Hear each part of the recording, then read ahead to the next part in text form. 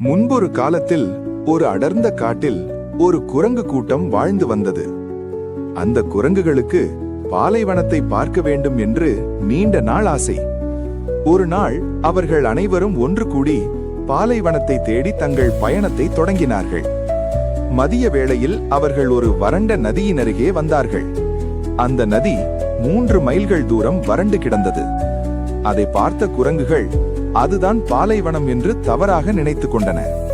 கோடை காலம் என்பதால் அந்த வறண்ட நதியில் அங்குமிங்கும் நடந்த குரங்குகள் மிகவும் களைப்படைந்தன.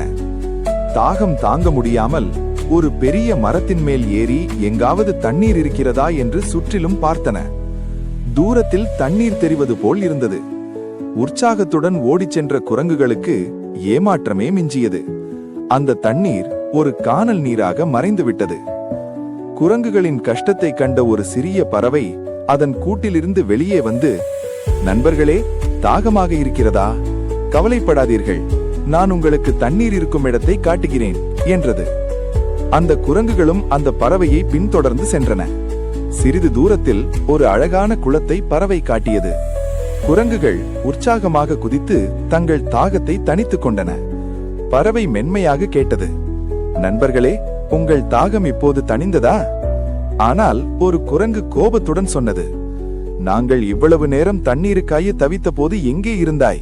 இப்போது வந்து உதவி செய்வது போல் நடிக்கிறாயா? நன்றி மறந்த அந்த முட்டாள் குரங்கு உதவி செய்த அந்த பறவையை பிடித்து அதன் கழுத்தை நசுக்கி கொன்றது. அந்த பறவை துடிதுடிக்க அங்கேயே இறந்து போனது. நீதி: முட்டாள்களுக்கு உதவி செய்தாலும் அது ஆபத்தில்தான் முடியும். செய்த உதவியை மறப்பது மகா பாவம். இந்த குரங்குகளைப் போலவே பல மனிதர்களும் உள்ளார்கள். இது தொடர்பான கருத்தினை கமெண்ட் பண்ணுங்க. இது போன்ற கதைகளை பார்ப்பதற்கு சேனலை சப்ஸ்கிரைப் பண்ணுங்க. வணக்கம் நண்பர்களே, இன்று நாம் ஏமாற்றுபவன் ஏமாறுவான் என்ற ஒரு அற்புதமான நீதிக்கதையை மிக விரிவாக பார்க்க போகிறோம். ஒரு ஊரில் செல்வர் ஒருவர் வாழ்ந்து வந்தார். அவருக்கு உணவின் மீது மிகுந்த ஆசை. அவர் எப்பொழுது சந்தைக்கு போனாலும் ஏதாவது ருசியான உணவுப் பொருட்களை வாங்கி வருவதை வழக்கமாக கொண்டிருந்தார். வாங்கி வந்த பொருட்களை தனியாக அமர்ந்து ருசித்து சாப்பிடுவதில் அவருக்கு அலாதி பிரியம். அவரிடம் ஒரு வேலைக்காரன் இருந்தான்.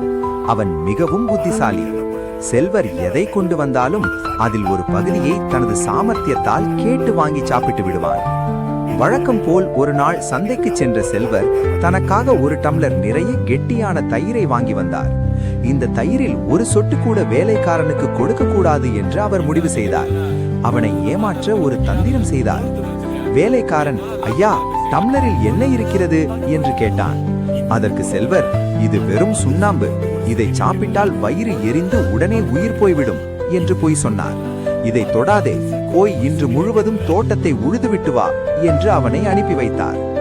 வேலைக்காரனுக்கு உண்மை புரிந்துவிட்டது. தயிரின் வாசனையை வைத்தே அது உணவுதான் என்பதை தெரிந்து கொண்டான். அவருக்கு பாடம் புகட்ட ஒரு திட்டம் தீட்டினான். மீண்டும் வந்த அவன், ஐயா, வெற்றிலை போட கொஞ்சம் சுண்ணாம்பு கொடுங்களேன் என்றான். ஆனால் செல்வர், வேலையை முடித்துவிட்டு வா என்று விரட்டினார். மாடுகளை ஓட்டிக்கொண்டு சென்ற வேலைக்காரன் சிறிது நேரத்தில் மீண்டும் வீட்டிற்கு திரும்பி வந்தான்.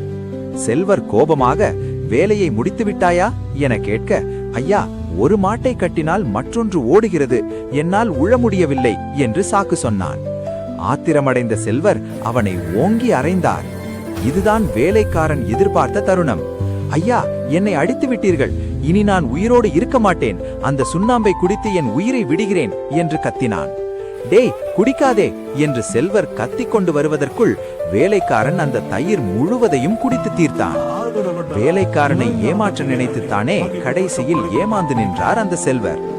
நீதி: அடுத்தவரை ஏமாற்ற நினைப்பவர்கள் ஒரு நாள் அவர்களாலேயே ஏமாற்றப்படுவார்கள். நன்றி. வணக்கம் குழந்தைகளே, இன்று நாம் ஒரு காலத்தில் காட்டில் வாழ்ந்த பலவீனமான சிங்க அரசரின் கதையை கேட்கப் போகிறோம்.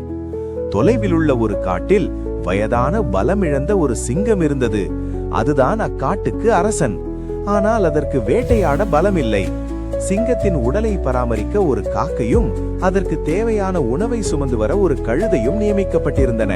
கழுதைக்கு இந்த வேலை மிகவும் கஷ்டமாக இருந்தது. நான் பொதி சுமக்க மட்டுமே பிறந்தேனா என்று அது வருந்தியது. சுண்டெலிதான் அரசவை விகடகன். சிங்கத்தை மகிழ்விக்க அது விசித்திரமான சேட்டைகளை செய்யும். நரி சிங்கத்திற்கு ஆலோசகராக இருந்தது. அது எப்போதும் சிங்கத்தை புகழ்ந்து பேசி தனக்கு வேண்டியதை பெற்றுக்கொள்ளும். ஒரு நாள் சிங்கத்தின் கொடிய ஆட்சியால் பாதிக்கப்பட்ட மற்ற மிருகங்கள் எல்லாம் ரகசியமாக சந்தித்து பேசின. ஆனால் வஞ்சக புத்தி உள்ள நரி அவர்கள் பேசியதையெல்லாம் ரகசியமாக கேட்டுக்கொண்டிருந்தது. நரி உடனே சிங்கத்திடம் சென்று மிருகங்கள் தங்களுக்கு எதிராக சதி செய்வதை கூறியது. கோபமடைந்த சிங்கம் கத்தியது, என்னை அரியணையிலிருந்து நீக்க சதி செய்தவர்கள் யார்? எல்லோரையும் கொன்றுவிடுங்கள். யாரும் எதிர்பாராத விதமாக அந்த சிறிய சுண்டெலி இது நியாயமில்லை என்று சத்தமாக சொன்னது. நீதியை நிலைநாட்டுங்கள் என்று தவளையும் யானைகளும் பிளிரின. சிங்கம் ஒழிக என முழக்கமிட்டன. ஆபத்தை உணர்ந்த நரி தன் உயிரை காப்பாற்றிக் கொள்ள அங்கிருந்து ஓட்டம் பிடித்தது. மிருகங்கள் எல்லாம் ஒன்று சேர்ந்து சிங்கத்தை தாக்கின. வலிமையற்ற அந்த சிங்கத்தால் அவர்களை எதிர்க்க முடியவில்லை. அன்றிலிருந்து மிருகங்கள் பயமின்றி ஒற்றுமையாகவும் அமைதியாகவும் வாழ்ந்தன. ஒற்றுமையே பலம்.